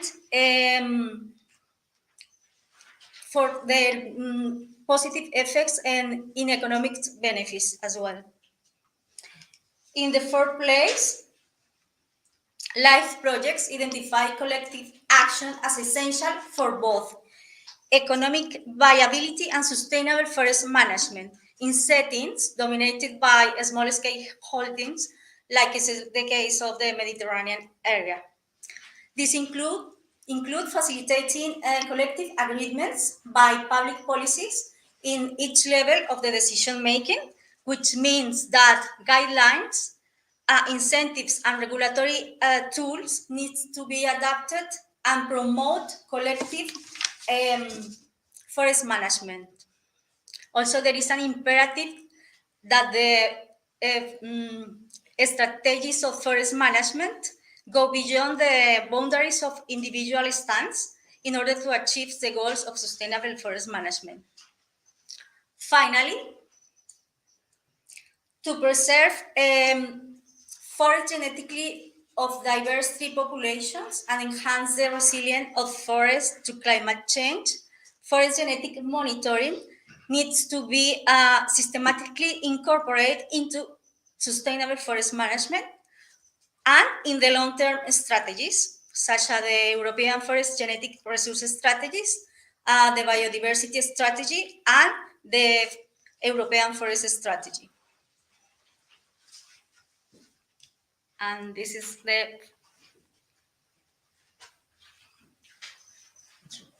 It's all. Okay, thanks.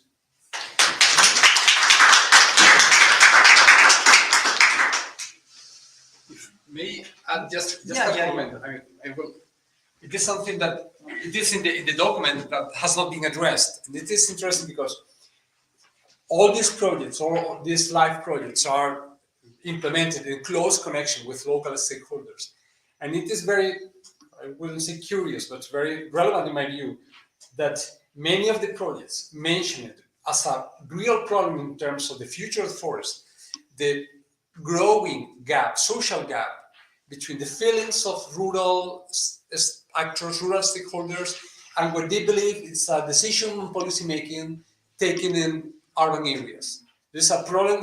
I know this is not only a problem of Spain or the Mediterranean countries. It's happening in all Europe, but it's a growing distance, social distance. It's a problem of the feelings of discourses that many people working close to forests, foresters, forest-related stakeholders perceive in many ways that they are not well understood by those designing the policies that are going to be applied upon them somehow. And it is interesting because this idea came from almost all the interventions of the several projects that participated in the process. And this is something that goes beyond the empirical evidences about the technicalities of the forest management. This idea of there is a growing social problem in that sense. And the point is to what extent the European Forest Strategy or the way it has been designed is closing or is widening or increasing that gap. Something also that needs to be taken into account beyond the technicalities of sustainable forest management and so on. So now it's up to you. Now, well, actually, if there are questions on this, the part is the policy. Yeah. If there are questions related to this other part, because it's also the 5 policy recommendations are well detailed in the second part of the paper, but of course we have time to discuss or listen to your comments related to this 5 recommendations that the 8 live projects have put together.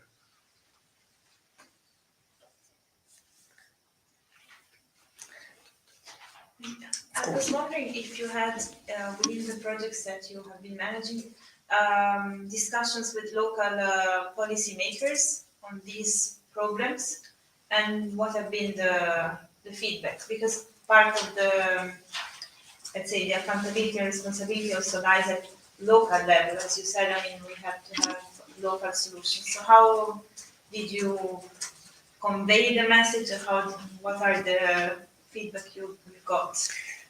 Well, actually, we didn't. You didn't, yeah. So, but I mean, we didn't because this interaction with local administrations, municipalities, provincial administrations have been taking place earlier in this. I mean, all these projects has almost all of them are very close connection. A lot of engagement and participation of these local policymakers. So, at some extent, these outcomes, these ideas also come from the contributions of these local policymakers. I mean, so we have not confronted the final document. Maybe this is something that needs to be done. Okay, this is what we have written. But it was written somehow, and this honestly, thinking on Brussels, thinking on the moment of the European Forest Strategy. The debate has opened at several stages between the Commission, the European Council, the Committee of the Regions, the private associations of foresters, or I mean, this debate is taking place, and it was, as I said, a modest attempt in order to contribute to this EU-level debate. But I agree that probably we should take this document and to go back to discuss it with this local, but this local knowledge, this local contribution of these local policymakers is in the previous steps of the elaboration of the document. Yeah, actually, some of the issues come from this local. Whenever we are doing a workshop with them or a meeting with them, or in our case, for instance, they are part of the project. They are part of the project. So the many issues we talk about here come from them, not in a like not like on purpose. I wanna just tell you this so you can talk to the commission, but in a normal way when we work with them, they are always telling this. Yes, even Because during the I'm coffees. wondering, like for let's say your first point, the sustainable forest management guidelines. If we talk about having some specific solutions adapted to the area, then I would say it's maybe more with local authorities that they should be somehow placed in a regulation or at least in a more official way. Or is this, I'm wondering, or is this point on the guidelines something that you would like to propose at European level? Just to better understand. Both, because you're right that to what extent many of the regulatory constraints are operating at the local, normally regional or national level. I mean, this, as you know, forest policy, according to the principle of subsidiarity, is in the hands of national authorities. The EU has not a common forest policy according to the treaties. So it is true that this is in the hands of regional and national policymakers, and they are, at some extent, they should be also the main targets of a policy document like that one. But in any case, the EU is shaping, and in my view, is reinforcing European forest policy, even if it's not a common policy according to the treaties. But if you go to the forest strategy, it is a real forest policy addressing the forest issues in a number of fields. It's about construction, it's about rural development, it's about carbon, climate change, it's everywhere. So the point is that these EU level messages, at the end of the day, end up arriving to the local, regional, national authorities. So in many cases, the member states and the regions are, I wouldn't say adapting, but more or less taking this discourse and reorienting their policy making aligned with the guidelines coming from the EU. And in my view, the forest strategy is a clear framework of which is going to be the future of forest policy, not only at the EU level, but at the national and regional levels. But then the guidelines would be something that you would like to see from the Commission or... No. I mean, you're right. Okay, no. The guidelines have, in order to be really adapted to the territorial specificities, need to be elaborated at the level of the region. Maybe there should be some national general guidelines, general principles. But the way the guidelines have to be elaborated has to take into account specificities. And second, and it is not only at what level they should be prepared, but how. And in that sense, it's very important to elaborate these guidelines, taking also into account the local knowledge of the practitioners, the foresters. And it doesn't mean that what they have, the guidelines have to cover only or to respond only to the foresters' aims or objectives, not at all. But they have to be constructed in order also to gain them for this other broader objectives, environmental objectives. In the case of like forest CO2, for example, the regional government itself was the coordinator of the project, so it made it easier in that way because we were coordinating the project, but we also have the responsibility at regional level for this forest management, so it made it easier, but it's not always the same in all the projects. I have a general remark to these 5 recommendations. Maybe I'm wrong, but to my perceptions, they are rather forest sector oriented. And when we talked during the different speeches we had, the perception of the role of forests, the role of wood and the other forest-based products and services for the society has to be changed. So in my view, there needs to be a recommendation that we need a cross-sectoral attitude, efforts. And I think there is a good framework because the EU policies more and more rely on regions to implement EU policies. We have the smart specialization strategies, regional pacts, there are regional development strategies, regional bioeconomy development strategies. We know that for this transition of our economic systems, a forest-based circular bioeconomy could be a key enabler, but that would need a cross-sectoral discussion at regional level. Not only what is the role of forests and wood, there was this example of the tree planting initiative. I think it's the wrong end where the Commission started. First, we need a regional vision discussion. Which landscape do we want in 2050? Which landscape can we have under climate change conditions?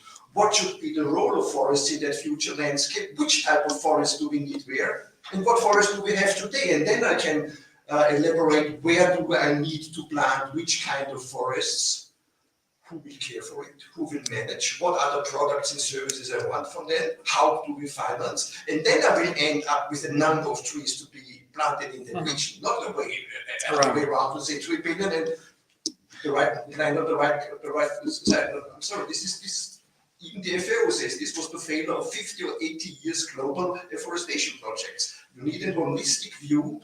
What does the region has on opportunities and challenges, and which role forests and all the forest-based value chains, not only wood, should play in that regional development strategy? So this cross-sectoral, cross-cutting aspect is a little bit missing in your recommendation. Maybe I have overlooked it, it's meant, but I think there is an effort. If we as forest sector only alone discuss all these issues, it won't be sufficient. It has to, we have to bring the forest value chain more in the heart of regional development strategies and policies. And this is a holistic, cross-cutting approach. And we can offer something, I think. Sure, and I agree that we need, even it's clear also from other policy fields, like food, for instance, is a more systemic, and this more systemic approach is starting to be recognized in other policy fields, and probably not enough in the forest field. But you will agree with me that even in those fields that this systemic approach is being recognized as needed, it's very complicated to take decisions and to make real policies based on this systemic view. Because one thing is to acknowledge this systemic character of the problem, and another thing is to take decisions covering all the simultaneous and interconnected elements of any decision making. Deal with the trade-offs and the risks. Yeah. Okay, yes.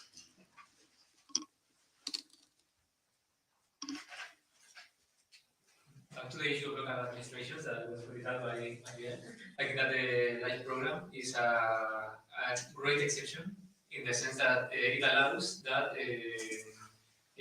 transfer entities can work side by side with regional administrations and local administrations, and they can even work in their own language, which in the case of Spain is really relevant because many people are not able to speak English, and it really gives a great framework to work together and to use this bottom-up approach. So in this sense, I mean, it's I think one of the best things, in my opinion, of the LIFE program is this possibility that it gives to work together forest owners or agricultural associations, local administrations, regional administrations, research centers. So, and I think it's the only call at the European Union that allows this framework and so flexible. So, in this case, I have to congratulate and thank the LIFE program because, in this sense, it's really well, in my opinion, is a way to make this bottom-up approach. And even I was forgetting even the industry. I mean, there are more LIFE projects, as much as I can see, that is also involving private companies also as final users of the outcomes of the projects, which is really ending a crucial cycle. So, well, I forgot to say that before the issue of local administrations, and well, that was something I wanted to share. Yeah, just I'm thinking like just the LIFE program is one of the smallest program in the EU, so we have really small budget. I mean, it's very effective, or it works on the ground, at least as far as we see. But I think it's just one of the incentives. Actually, the idea is that this type of approach then goes alone without this small budget. I think the point is more how you translate the results of your project in something that it's stable and it's there after the end of the funds. Just the challenge, I would say. So that's why I think there it's really to work with local authorities as much as you can to make sure that what you have developed within the consortium, because they are in or because you have been engaged, and stays over in guidelines that are approved, in a way of working, as you said, as a bottom-up approach. This way of working should become a rule afterwards, in my view, when it's successful like projects. And I think LIFE, it's useful, but just to start with and to help, to give a direction. It's just that we are just a very small program. That's the other part, the reality on the other side. Yes, but I'm wondering to what extent, I mean, the LIFE program could be I wouldn't say but an appropriate framework for a more systemic approach of the action of the interventions. The problem is the size of the program in relation to other EU policies. You go to the regional policy or the common agricultural policy. I love that it goes. No, but I mean, that it's bigger and it's like but for the moment, it's not this type of. It's not the cap. No, I know, no, but it's not only in terms of size, in terms of budget, but in terms of rational. I mean, this is the need to be to have a more systemic, holistic, cross-sectoral approach to the problems. I think that could be LIFE could be a good place, or an appropriate place to. But for this to, why not? I mean to upscale and to broaden the scope of LIFE project, because at the end of the day, if you go to the CAP, in the CAP you have more, if you want, more imaginative interventions, but they are rarely used. We used again and again the same kind of interventions, the same kind of payments, for obviously mostly for farmers, not for foresters. But this is the traditional, the conventional way of thinking. And it's not allowing, if you go with the possibilities of this, I mean, cooperation, interventions, whatever, which is in the second pillar of the CAP, and they're not used. Well, with LIFE, we have tried to we have also a different funding scheme, which is the strategic projects. I don't know if you are familiar with. So the idea is that there are larger scale and bigger budgets, and the idea is a bit that, like, we can address. Normally, we try to address policies or roadmaps, or specifically in one region, one country, or multi-cities. But still, we are still a very small program. So the money that we can have, instead of 2 million, it's maybe 10 million. Yeah, we still stay a bit. But other program, for instance, do you think will found the guidelines? I can see LIFE on that. Will help to develop, to properly develop and help with some funding. You mean guidelines at European level or at local level? At local level, even at national level or a regional level. Because maybe the guidelines I'm developing for my region, I could be doing that with my region and with other regions similar, and I don't see any other program that could help to do that. European level? European level, exactly. Excuse me, maybe Interreg? The Interreg program actually is intended to have an impact on policies at regional level. So it would be maybe a good way to do exactly what you are talking about. It's just getting together and trying to find some common guidelines. That the final objective would be that they be inside your regional strategies. We've done it in the region of Murcia with other approaches from enterprises or the industry. But I think the Interreg program could be a tool for these guidelines. And also for other parts of the, now that I have the floor, sorry, for other points of view that were raised in different presentations, you mentioned several times the need to find marketplace solutions to make this sustainable. I think that Horizon Europe, the Research and Innovation EU program, could be also an interesting tool to explore. And from that point of view, I was telling my colleagues from the region of Murcia that it would be really interesting to get all the regional ecosystem together to think. I mean, the regional administration, the technological centers, everyone around a proposal, a potential proposal within the Horizon Europe. You have a cluster that is dealing with these things. It will be, we will have to find the topic, and if it's not there, we could think of some lobbying in order to put it in there. So I mean, I think there is room to explore. Yes, I mean, the point is maybe I totally agree that there's a need of new knowledge in order to implement and to design this market-based solutions or other kind of solutions. And also in Europe is or the missions that is also a kind of other kind of goals are a magnificent framework to do it. But the problem is that even if you generate that knowledge, the challenge is to bring that knowledge to the policies. And even there's a big gap there. Many researchers complain that what they are producing is never, then in the future will be never in the policies. And even when it is, and this is something that, even when it is, for instance, at the EU level policy, the regulations or whatever, then some member states or many member states are very much reluctant in order to explore this more innovative approaches. So you can find these options on the paper at the EU level, the regulations or the directives. But then member states or the regions are very reluctant in order to explore this possibility. So there are several gaps to be bridged in order to bring that knowledge to the final implementation on the ground. There was I think it's fine to have projects in different programs, but the project ends, and then always the question: how can we have a long-lasting impact in the ordinary administration and practice?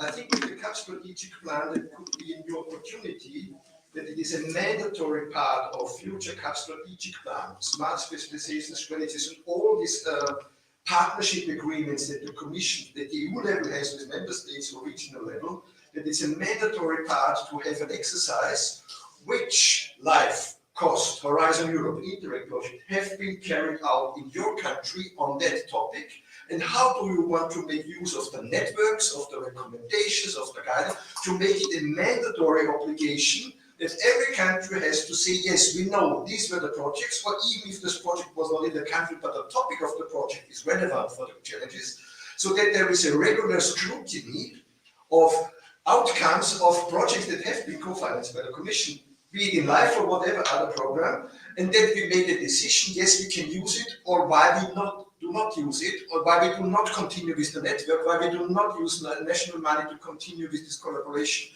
At the moment, you have the project output, everybody is happy, but as you said, nobody cares about it. Make it mandatory in all future agreements between a region or a member state and the EU, and the Commission can scrutinize codices and all the project databases you have. So you can easily establish a checklist and you say, Spain should have looked at this life, and this is Aeronet, and this project.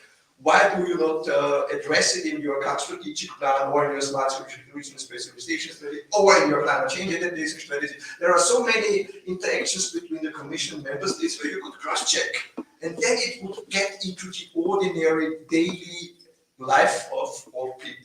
The outcomes. At the moment, they are vanishing and it's not discounted. But I think that could be an easy way for the Commission to make sure that at least it was discussed and checked. Because it is frustrating, some harming to the We are member making states. the wheel every day in another part of Europe. Yeah, yes, absolutely.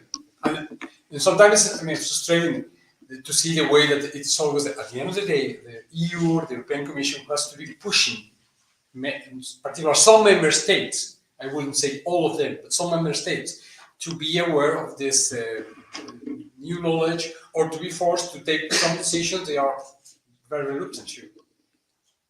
I mean, there's some regions, I speak from the Spanish experience, that many of the things we are doing is because there are some mandatory rules by the EU, and this is great for me, my point of view. Okay. Maybe I just wanted to add that regarding the results, what remains after the projects are ended. Each project singularly has its results, its key exploitable results whatsoever.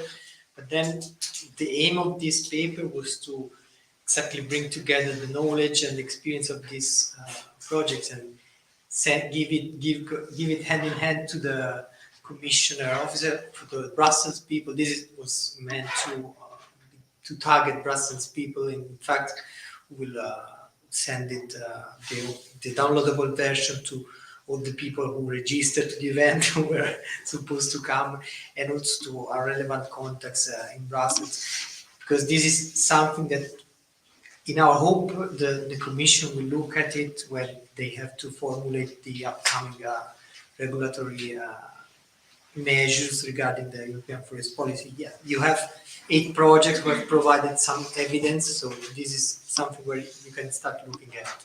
This was the idea, and we hope it will get some attention. I think this dissemination effort is needed, is the first step, but how to make sure that it's really used? So we are not lobbyists in our daily It's not lives. needed. If there is a rule that it has to be mandatorily checked, what you have provided, then it's next step. If I may, I'm working for the Forestry Service in Slovenia, and we are somehow end users of the guidelines, of the recommendations. And when you are in a position that you have to decide about something, it's very nice if you have brief guidelines, if you have a solid outputs of the project that you can implement that into the program that you are writing. And it can be also a forest management plan, a regional, local. In that case, it's very nice to have such results and products.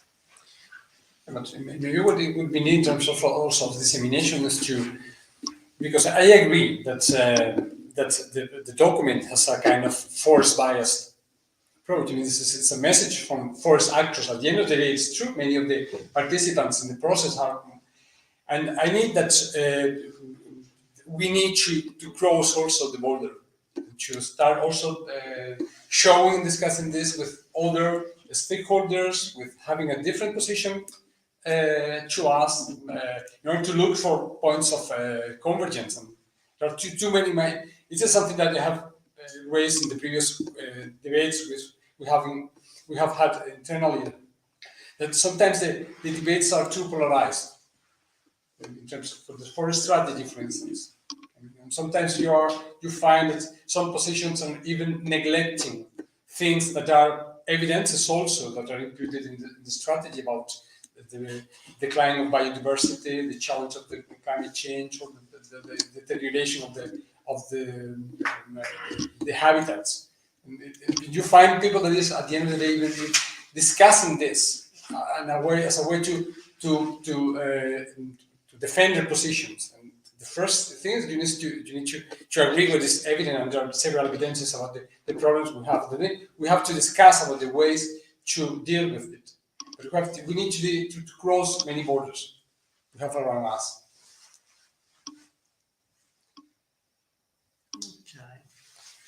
I don't know if there's something from the remote. remote audience, if they are still there. No, they're still there, but no questions. There are no other questions. I mean, we have the room until 5:30, I think. And we have coffee, and we have. Yeah, I think you're free to enjoy the coffee, the biscuits, and so on, and have the whiskey.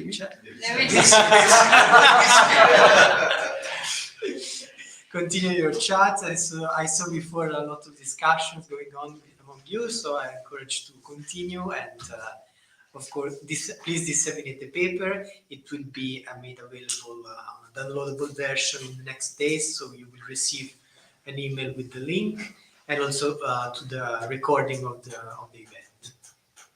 And the presentations will be available. Yeah. Yeah. Maybe if I can say a word. Yeah. No, just to say it.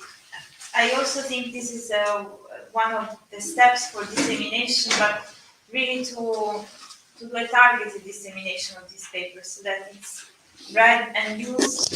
It's not just essential papers that really try to identify who can be the person or the people who can actually take maybe up these recommendations and have this exchange and dialogue, as it was said before, to also maybe cross-check with other sectors, because indeed it is a bit more forestry driven, to be honest.